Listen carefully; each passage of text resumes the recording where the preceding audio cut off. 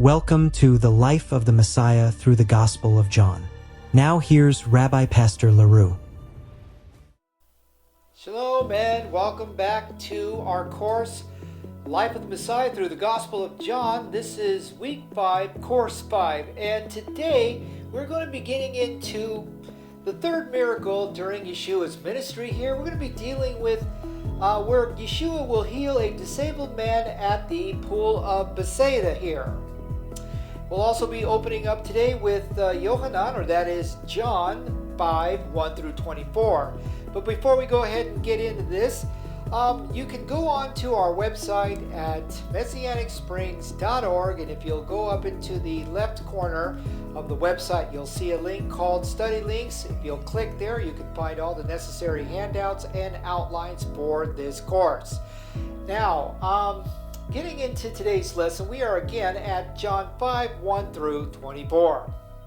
And this is going to be a lengthy story here within John, and this is going to be, again here, the second miracle that Yeshua will make while he was at where? Well, he was in Jerusalem, and this is found in, again, John 5, 1 through 24, and this is what it tells us. Starting with verse 1, after these things, there was a feast of the Jews, and Yeshua went up to Jerusalem, verse 2. Now in Jerusalem, by the sheep gate, there is a pool, which in Hebrew is called Bethesda, having 5 porticos. Verse 3, in these porticos lay a multitude of those who were sick, blind, limping, or paralyzed. Verse 4 here, for an angel of the Lord went down at certain seasons into the pool and stirred up the water. Whoever then first, after the stirring up of the water, stepped in was made well from whatever disease with which he was afflicted. Verse 5. Now a man was there who had been ill for 38 years. Verse 6. Yeshua, upon seeing this man laying there and knowing that he had already been in that condition for a long time, said to him, do you want to get well? Verse 7. The sick man answered him, Sir, I have no man to put me into the pool when the water is stirred up, but while I am coming, another steps down before me. Verse 8. Yeshua said to him, Get up, pick up your pallet, and walk. Verse 9. Immediately the man became well and picked up his pallet and began to walk here. Now, it was a Sabbath on that day. Verse 10. So the Jews were saying to the man who was cured, it is the Sabbath, the Shabbat, the Sabbath, and it is not permissible for you to carry your pallet here. Verse 11. But he answered them, he who made me well was the one who said to me, pick up your pallet and walk. Verse 12. They asked him, who is this man who said to you, pick it up and walk? Verse 13. But the man who was healed did not know who it was, for Yeshua had slipped away while there was a crowd in that place here. Verse 14. So afterward Yeshua found him in the temple and said to him, behold, you have become well. Do not sin anymore, so that nothing worse happens to you. Verse 15 here. The man went away and informed the Jews that it was Yeshua who had made him well. Verse 16. For this reason, the Jews were persecuting Yeshua, because he was doing these things on when? On the Sabbath. Verse 17. But he answered them, my Father is working until now, and I myself am working. Verse 18. For this reason, therefore, the Jews were seeking all the more to kill him, because he not only was breaking the Shabbat, or the Sabbath, but also was calling God his own Father, making himself equal with God here. Verse 19. Therefore Yeshua answered and was saying to him, truly, truly, I say to you, the Son of Man can do nothing of himself, unless it is something he sees the Father doing.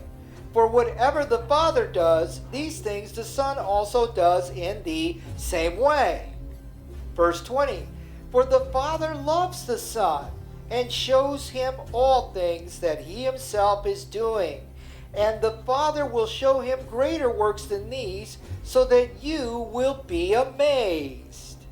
Verse 21, for just as the Father raises the dead and gives them life, so the Son also gives life to whom he wishes. Verse 22, for not even the Father judges anymore, but he has given all judgment to the Son. Verse 23, so that all will honor the Son just as they honor the Father. The one who does not honor the Son does not honor the Father who sent him. Verse 24, truly, truly, I say to you, the one who hears my word and believes him who sent me has eternal life, and does not come into judgment, but has passed out of death into life. First of all, we find Yeshua here where, well, Yeshua again is here in Jerusalem. And the timing of this event is sometime during the month of Nisan, or that is April, which John mentions was during a what? Well, during a biblical holiday, perhaps the Pesach or Passover. Now, according to the Torah here, every male had to appear, okay? Every male had to appear before God at the temple 3 times in the year, as seen from where? Well, we find this mentioned in the book of Shemot, the book of Exodus 23:14 and verse 17. And then again, we find it in Shemot, Exodus 34, 23 to 24, and then also mentioned in Devarim, and that is in Deuteronomy 16, mentioning this. And this was the reason why Yeshua was in Jerusalem at this time. He was being obedient to the Torah here, okay, which required him to be there. This is why he was in Jerusalem. Okay, moving along in your outline, we are at John and the Jews. Now, John makes a reference about the Jews here, and we're going to explain this little detail here for you. It's starting with verse 1. John says that this was the feast of the Jews, and many scholars are divided about as to what feast this really was. But we hold that it is the Passover, since this was Yeshua's second visit to Jerusalem during his ministry here. Next, we read John's statement here that it was the feast of the Jews, or the Yehudim, the Jews.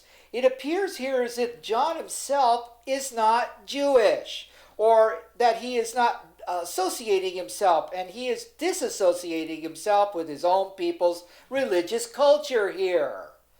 Now, we know that he was very much and was completely Jewish. Let's get that straight. John is Jewish here. Why then, and here's a question, guys, why then does he say there was a feast of the Jews and not include himself as part of them here? As most Jews of that day tried to obey this same commandment of God, including John. Now, the actuality of this statement really should mean, or be understood and even read as, there was a feast of our Jewish people, not there was a feast of the Jews here. Little translation issue going on. Now, the wording of some Bible translation here really makes John sound as if he's non-compliant to God's command, or as if he has no, or that it has no meaning or applies to him. The truth is that John was completely obedient to the laws of God as a Jew under the law in first century Israel here. But for some reason, the wording of John's statement here seems to set him outside or apart of his own Jewish ethnicity and world.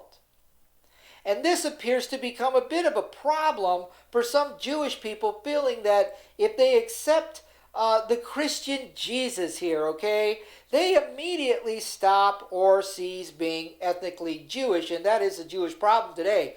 Some Jewish people believe that once they accept Yeshua as Messiah, they automatically become a Christian and they no longer are Jewish. But the problem is, and the misunderstanding is that you don't lose your identity, ethnicity here. If you have come to the Messiah as a Hungarian, you remain a Hungarian born-again believer. Your ethnicity does not change. The same as John's ethnicity here does not change. And this is a miscommunication among the Jewish community. Jewish people do need to understand that just because you've received the Messiah, the Jewish Messiah, does not change your ethnicity. Now, we know that this frame of thought is far over the fence here. And to accept the Jewish Messiah, guys, is 100% completely doing what? Well, you're completely fulfilling your Jewish faith by receiving your Jewish Messiah here. In fact, when a Jewish person accepts Yeshua as Messiah, his or her biblical faith is then what? Well, it's then made complete. Jewish people are made completed in their faith. But it's important that when we read the Gospels, we need to keep in mind that the events all revolve around who? They all revolve around the Jewish people, their culture, their history, and what? Well, their language. Displacing or removing these things from the people of the Bible only causes readers some confusion here and some misinterpretations. And that seems to be a problem when people do this and misinterpret what? Well, they misinterpret the words of the gospel writers here, not understanding these Jewish issues. Now, moving along, we have another note here in your outline, and we are at John 5:4, and John 5:4 left out of the NSAB and the NSA. This part of Scripture is left out in these Bible translations, and I'll tell you why. Now, looking at verse 2, we have a handout for you here. You can go again onto the website and pick that up. I'd encourage you to take a look at it. It's called Pool of Bethesda, and that is the real name of the Pool of Bethesda. Bethesda, okay? Now, John says that there was a certain pool in a place in Hebrew called Bethesda, which actually is pronounced again in the Aramaic here, okay, Aramaic Hebrew here, as Bethesda, okay, got that? And this is what it means. It means house of mercy here, or house of grace. And here in verse 3, we're told that there were 4 types of people with certain illnesses. They were the sick, they were the blind, they were the limping, and then the paralyzed here. Now, here in verse 4, some Bible translators have removed the verse out of the Gospel of John, and some claim this was not an original part of John's Gospel here. And it was more like a side commentary note that was included in Bible translation. Now, they also claim it's not important and does nothing for the account of John's testimony in this chapter. We also have a detailed handout for you there called the missing verse, and I would encourage you to take a look at the backs there and find out the real reason why they left this out of John's Gospel, why the NSAB leaves it out and the NSA Bible translation does not include it. Okay, and again, that's called the missing verse handout, okay? Now, though this missing verse, in their opinion, may not add or take away from the testimony of John, the details of it really helps explain what the sick, the blind, the limping, or the paralyzed were doing there in the first place. And what the superstitious beliefs, okay, their superstitious beliefs and displaced faith were of the people. This is what the belief was of the Jewish people of that time. It also shows us how the desperate need of those who were sick, lame, or paralyzed sought for what? Well, they sought for freedom, to be made whole here. But as verse 4 had said, there was a belief, okay? There was a belief that an angel of the Lord would stir up the waters at a certain time during certain seasons, and those who could get into the pool at that time would or could be made whole. Now this was, of course, was a displaced belief, as we all know, that no angel in the Hebrew Scriptures or the Old Testament ever healed anyone. We've never seen that. It was, again, just a superstitious belief of the Jewish people of the time, and that is what the issue was during that day.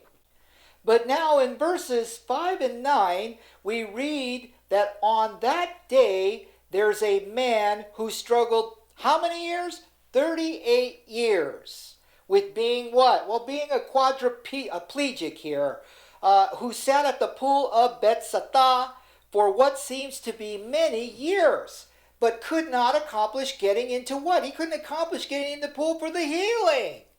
Now, seeing and knowing this man's illness and his struggle to make his way into the pool, but was unable, Yeshua now goes and reaches out to the man. He then asks the man, "Do you want to be well?" And then the man begins to explain his dilemma here. He's pretty much saying to Yeshua, I want to be healed, but can't you see? I can't get into the pool because every time I do, someone else cuts me off and I can't get in.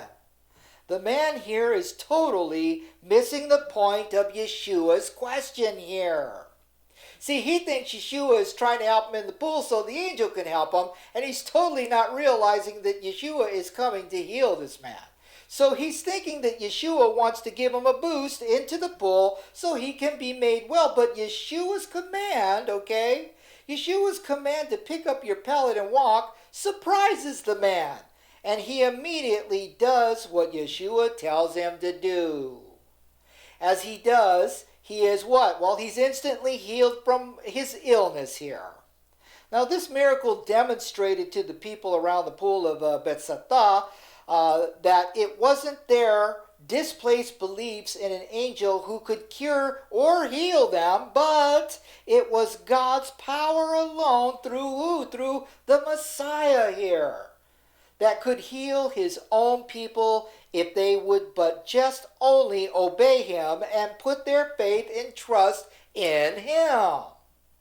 Now, another thing we realize here is that Yeshua, again, is in keeping with fulfilling Messianic prophecy. As we learn of this found in the book of the prophet Yeshayahu. That's Isaiah 53, 5 and 6, and this is what it says to us. Verse 5. Then the eyes of the blind shall be opened, and the ears of the deaf shall be unstopped. Verse 6. And the lame, the lame shall leap like a deer, and the tongue of the dumb sing.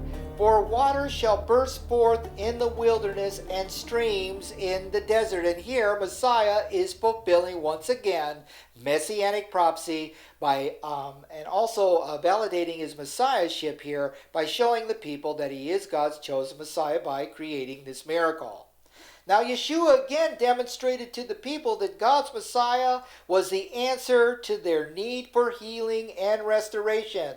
They were not to put their faith or place their faith and trust in the superstition of an angel healing them, but they were to trust that God's Messiah, who was sent to Israel, would bring healing to these types of people. Now, in verses 9 through 13, we know that after the miracle had been done, the problem now comes along with the local people who were now offended after seeing this man got healed and then was carrying his pallet on the Shabbat.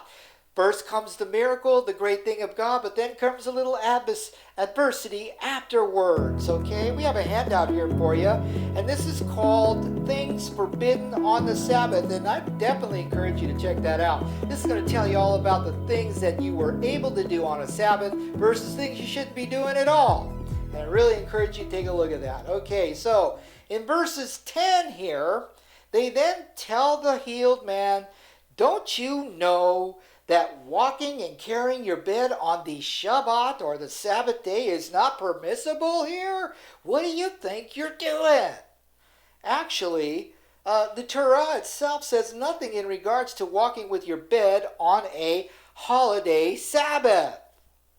However, if you knew the Messianic laws here of the elders and the rabbis, you would see that walking on any Sabbath for some distance and even carrying anything like a mat or a bedroll would be in violation of their laws, not God's laws. See, this man was violating the elders' laws here, the Messianic laws. He was not violating the true Torah commands here. In fact, this is what the Torah really relates about the weekly Sabbath, found where? Well, in Shemot, Exodus 20, verse 10, starting with verse 10.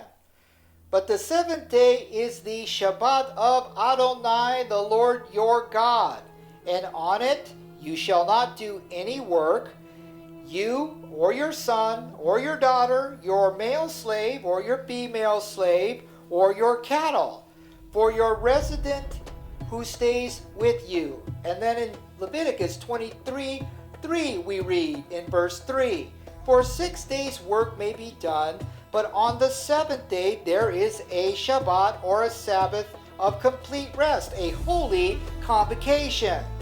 You shall not do any work. It is a Sabbath to the Lord in all your dwellings. And then finally in Devarim we read, Deuteronomy 5:14, but the seventh day, the seventh day is a Sabbath to the Lord your God, on which you must not do any work, neither you, nor your son or daughter, nor your manservant or maidservant, nor your ox or donkey, or any of your livestock, nor the foreigner within your gates, so that your manservant and maidservant may rest as you do. So absolutely we learn here there was no work to be done, but there were no restrictions about how far a man could walk. This was only developed through the Messianic law of the elders or the rabbis.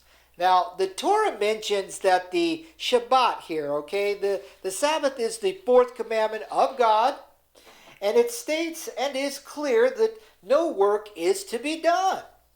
And all must rest during when? During the Sabbath.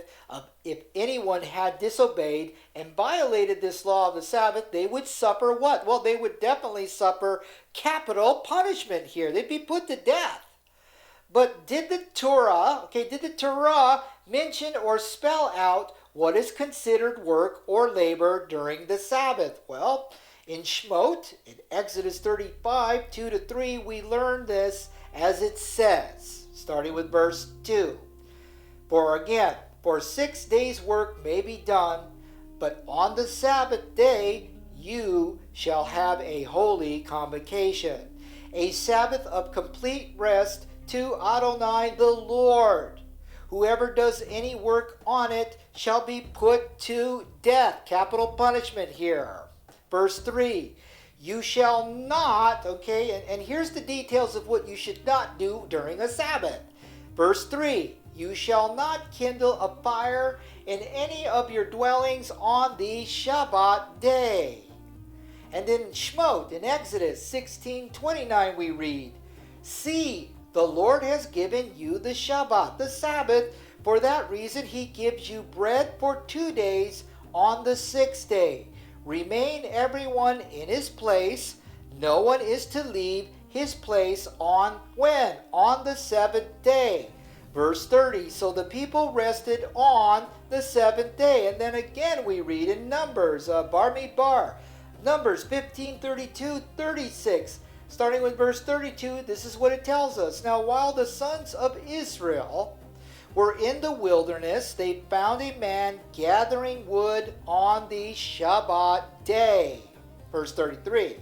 And those who found him gathering wood brought him to Moshe and Aharon, or Moses and Aaron, and to all the congregation. Verse 34. And they placed him in custody because it had not been decided what should be done to him. Verse 35. Then the Lord, Adonai the Lord, said to Moshe and Moses, the man must be put to death.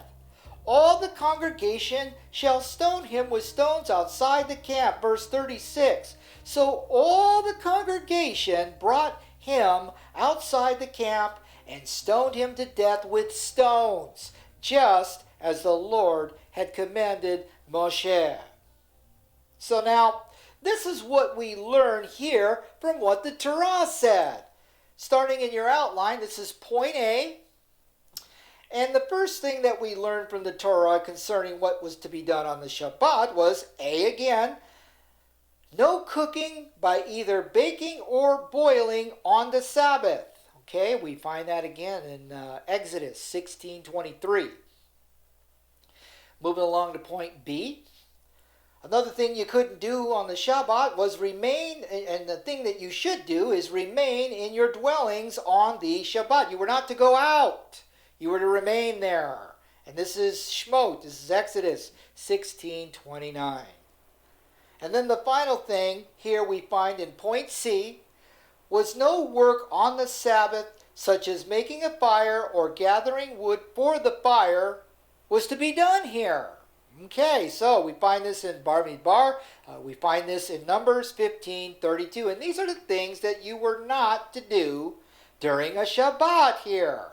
But there was no specification as to how far a person could walk on that day. Half a block, half a mile, should you walk at all. God said that everyone was to remain within the home. But I believe there was some stipulations there that a person could walk a little bit around the home there, but maybe to walk great distances was forbidden on this day because what? Well, you were to rest. So the Torah is clear here on what you could and could not do on the Shabbat.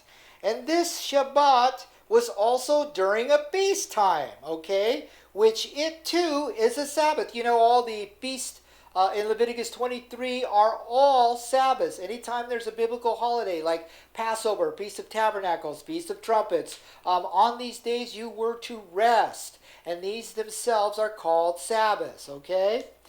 Where no work was to be done.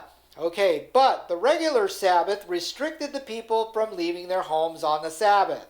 No cooking or making fires or gathering wood as a form of work was what? Well, it wasn't allowed. This was the law of the Torah, okay?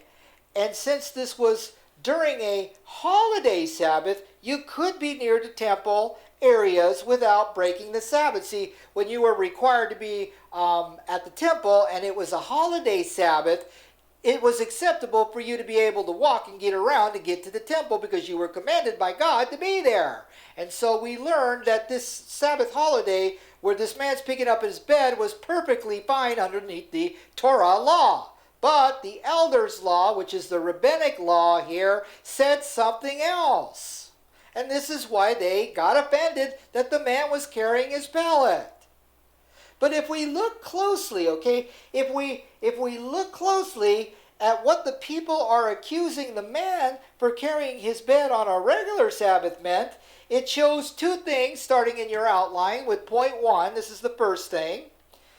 That they all were in violation of breaking the regular Sabbath commandment as they were out and about in the Bethesda area instead of being or staying in their own dwellings as commanded by what? Well, as commanded by the Torah, God's law to remain in your dwellings during the Sabbath. See, if it was a regular Sabbath, what in the world were they doing hanging out at the temple? We just explained that point. It was required for them to be there, so this was acceptable. The point number 2 here in your outline. The man carrying his bed during a holiday Sabbath was not considered work here. Did you catch that? It was not considered work. Carrying a bedroll or walking a short way while or during a holiday Sabbath was happening is not mentioned in the Torah here. But if this was a regular weekly Sabbath, the man would be guilty of not breaking or being at his dwelling place during the Sabbath. See, if the man if this was a regular Sabbath, the man would have had to remain home and not at the area of Bethesda, which was violating the Sabbath along with everyone else in that area around the pool, which also showed that whether the Sabbath or holiday Sabbath, they'd rather risk getting healed than to have worried about violating or breaking the law. This is the other point we find here. The man wasn't concerned about the Sabbath one way or the other. His concern was that he wanted and needed to be healed. He had been trying to do this for 38 years until Yeshua shows up. But as soon as Yeshua makes the miracle, the first thing that happens is the man is accused of breaking the Sabbath.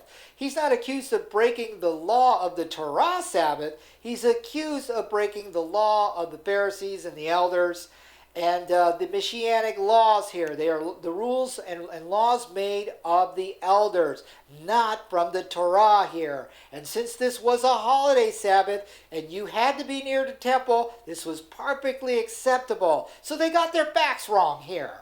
They're following the law of men and not following the law of God here. Now in verses 11 through 16, Yohanan or John tells us that after the man was reprimanded by the people about the Sabbath, he told them that Yeshua was the one who told him to get up and take his bed. In other words, the man was blaming, he's blaming Yeshua for his violation of the Sabbath because he's the one who told him to do it. Then they asked the man to tell them, who's this man who told you it's okay to break the Sabbath law of the elders here? Well, never mind the great miracle he had just performed here. Let's just go get after this guy for breaking what? Well, for breaking the Sabbath here, as we'll soon see. But in verse 13 now, the man did not know who Yeshua was at the time. Yeshua had left the area and had disappeared where? Well, he disappeared into the crowd after he made the miracle. Now going into verses 14, after all the drama was over here, Yeshua sees the man around the temple area and he says to him, "You are now well, do not sin anymore, lest anything worse happens to you." And you wonder here, a question arises, is what could have this man did to be in sin? He was a quadriplegic. What in the world could he have done? Well, let's explain that. Now, the Jewish thought here of that time and from the Old Testament, the Hebrew Scriptures, was that some people became ill due to their sins. Did you catch that? Some people became ill due to their sins and disobedience to God, as found where? Well, as we learn it of in the Torah. And we find this in Devarim, Deuteronomy 28, 59, and 60 here. And apparently Yeshua knew this concerning the man's past sins, which led up to the man's current illness. Now we have a word in the Hebrew vocabulary, and it's the word for sin here. And going into your outline, we are now at Hebrew vocabulary. Let's learn a Hebrew word here today, and this word is dealing with the word for sin. Now Yeshua tells the crippled man, he says, "Go and sin no more." Now the Hebrew word for sin here is the word hatah. Can you say that? Hatah. Great. Okay, so hatah primarily means this. It means to miss the mark. Okay, to sin means to miss the mark. It means to forfeit. It means to lack or to be led astray. And that is the meaning and the concept of what it means to sin or be in sin. You miss the mark. You forfeit doing the right way. You lack doing the right thing. And then you are led away in your sin. Okay? Now the word hatah, the word hatah conveys the idea of falling to meet a standard or deviating from a path of what? Well, a path of righteousness here. Now in the Hebrew Scriptures, or that is the Old Testament, it is often used to describe moral and ethical failures, transgressions against God's commandments here, and actions that result in what? Well, actions that result in guilt. Now in ancient Israelite culture here, sin was understood as a breach of the covenant relationship with God. Did you catch that? The concept of sin was not merely about individual moral failings, but was also seen in the context of community and covenantal faithfulness. You see, once you sinned and your community found out about it, you would be dealt with because of the law here. It would just show that you were being not a law abider. So Yeshua now tells this man that since he is free and healed from not only physical illness, but also from his moral sickness, which was his past sin. Yeshua says, go forward and do not return to what? Do not return to your past sins, which if you do, a greater judgment may come upon you. Now in verse 15, the man now goes on his way, and he finds those who questioned him about who told him to break the Sabbath. That is the holiday or the Passover Sabbath. In verse 16, John tells us that the reason the people wanted to persecute Yeshua was because they believed what? Well, they believed he was violating the Passover Sabbath by healing during that time. And according to their misguided rabbinic beliefs here, they felt that they had the right. They had the right to take the law into their own hands and confront Yeshua about all of this. So in verse 17, Yeshua now responds to their blindness and errant views about the Sabbath. He begins by saying, my Father here, okay? My Father is working until now, and I myself am working. Which means that God was working in their midst through Yeshua by fulfilling what? Messianic prophecy, which foretold that God's Messiah would do what? Well, that he would come and heal the lame, as seen in Isaiah 35, 5, and 7. But instead of recognizing this, okay, instead of the people seeing this and recognizing this, they only focused on what? Well, they only focused on their own views concerning the misguided view all about the Sabbath here. Never mind, okay, never mind that the very words of God were being fulfilled in a great way here. And they totally missed the mark in giving God what? They missed the mark in giving God glory and thanks here, because what? They were focused on just him breaking man's laws. Not so much God's law, but man's law. How dare you? So, instead, as verse 18 tells us, that some of them were now seeking to do what? Well, they wanted to kill him. They wanted to kill Yeshua even more because he not only broke the holiday Sabbath, but he was now saying that he was equal with the Father. And this was considered blasphemy here. How could you? It's bad enough that you made a miracle on a Sabbath, but now you're going off and you're saying you're God, you're God's son? And they considered this to be blasphemy and idolatry, as known from, again, we find this in Exodus 20, verse 2, and then again going to Deuteronomy 5:7 here. And it's time that we put a stop to this guy. He needs to die. But in verses 19 to 23, Yeshua now breaks down the furtherance of the Father's work through him. In other words, Yeshua is saying here, well, if you've got a problem, okay, hey, look, guys, if you got a problem watching God heal people through me, you're really going to have a problem with what God's going to do next. As in verse 19, Yeshua said, you can absolutely believe that I do nothing of myself or in his own authority unless he is moved by the Father to do so. And Yeshua further said that he will only do what the Father instructs him to do.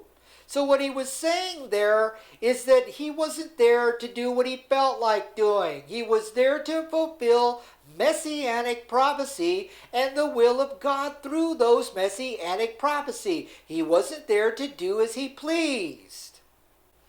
Verse 20. Yeshua now affirms God's love for him, allows him the right to do as his Father does in his behalf here. Showing that Yeshua has what? Well, Yeshua has the same authority and sovereignty under God to heal at his time and at whatever day he chooses to do his work here. God, okay, hear this now, God is not bound by man's rules or regulations. He is free to do as he wills, when he wills, and this is just going to be a future snapshot here, as his people will not only see more miracles, but will see and will be amazed at what the Messiah will do next. Now moving along in your outlines here, we are at what God has given the Son here. This is what we learn from the story here, what God has given to the Son. Now in verses 21 and closing to 24, Yeshua mentions three things that the Father has given to him, and they are, starting with one in your outline, the Father has given the Son the authority and sovereignty to resurrect and give life to who or to whom he wishes, because Yeshua is what? Yeshua is the resurrection of life. He has that authority to bring resurrection upon any that he calls to the resurrection. Number two in your outline, the authority and sovereignty to judge, as all judgment is now given and will be carried out through Yeshua, because he is God's king over his people here. So Yeshua is given the authority and sovereignty to do these things. Point three in your outline. What else is the Son given? Well, he's given worship and honor, and it is given to Yeshua the Son the same as to the Father. To worship and to honor Yeshua is the same as worshiping and honoring God here. As Yeshua said in verse 23, the one who does not honor the Son does what? Well, he does not honor the Father who sent him. And then finally, in closing today, verse 24 here, point 4 in your outline, the Father has given Yeshua the right, sovereignty, all judgment, and authority to give what? Eternal life to any who believes that God has sent the Son, the Messiah, Yeshua here. Anyone who believes that Yeshua is God's Messiah, the Son, escapes what? Escapes eternal judgment and receives what? Eternal life. That's our lesson for week 5, course 5 today. Be sure and catch our next video, week 6, course 6. Thank you for joining us. I'm Rabbi Pastor LaRue. We'll see you again. You've been watching Life of the Messiah through the Gospel of John. Be sure and watch course 6, week 6 with Rabbi Pastor LaRue. Shalom.